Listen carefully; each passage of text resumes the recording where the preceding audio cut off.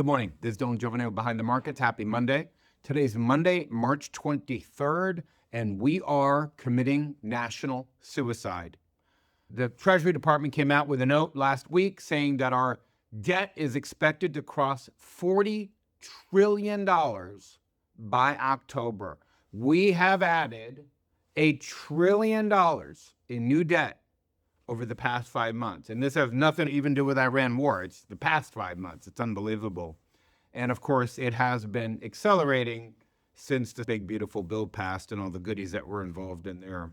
The CBO, the Congressional Budget Office, projects that we will be spending $2 trillion on interest alone very soon.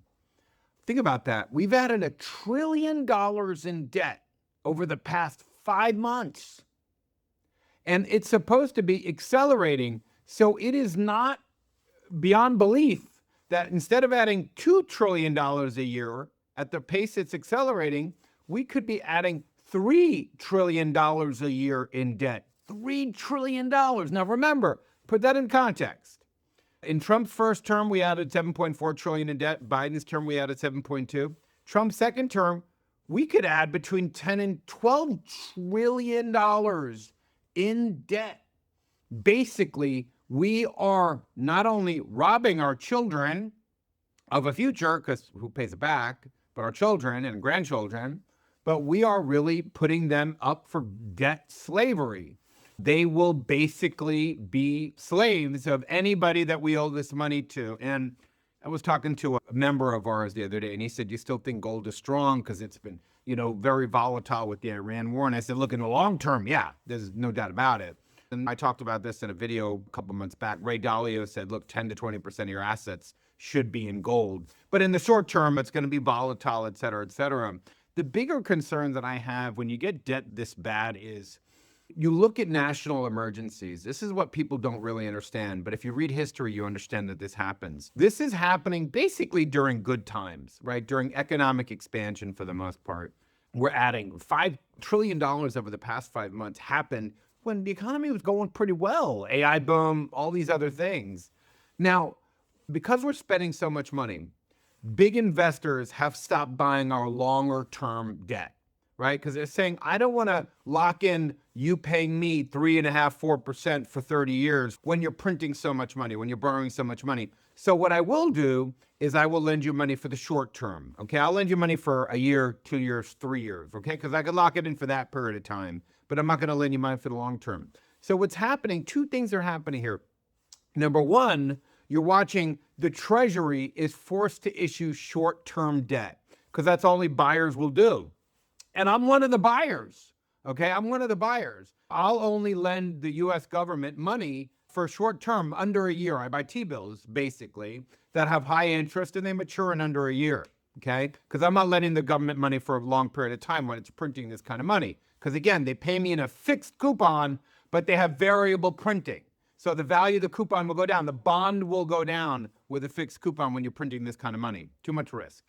My point is this. Problem number one is short term. It's like credit card debt now on a national level. Problem number two is even that because you have so much debt that is being issued, the new debt, we're talking $1 trillion in 5 months in new debt, at the same time, the older debt that you issued a year or 2 or 3 years ago has to be rolled over, okay? So again, imagine this. You're adding about $2.5 trillion in new debt a year, but the debt that you issued 3 years ago, now all of a sudden there's another $1 trillion in debt that has to be rolled over. So what you're doing is you're actually rolling over, we'll call it 10, 11 trillion dollars. You're creating this debt snowball that is happening. And since there is not enough institutional demand for that level of debt, what happens is the Federal Reserve has to buy it. They have to buy it. So the Treasury is raising money by selling debt, and the Federal Reserve is the one buying it. So the left hand is selling it, the right hand is buying it. And it's funny, I hear people always complaining about the Fed. Oh, they've gotten too big, the balance has gotten too big. Yeah, really? Who else would buy the debt? Nobody else will buy the debt. So either the government, our policymakers, the politicians who can't seem to do any disciplined spending, they either have to cut spending, actually get their house in order, or who else is going to buy it if the Fed doesn't buy the debt? The Fed doesn't, and it has to actually be set by actual market rates, because the Fed buying the debt keeps interest rates suppressed. It keeps them lower.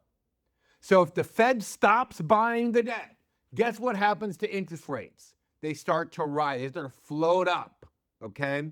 So we are committing national suicide because our elected leaders can't get our fiscal house in order. And I had warned about this for a couple of years. I've been warning about this for years and years and years.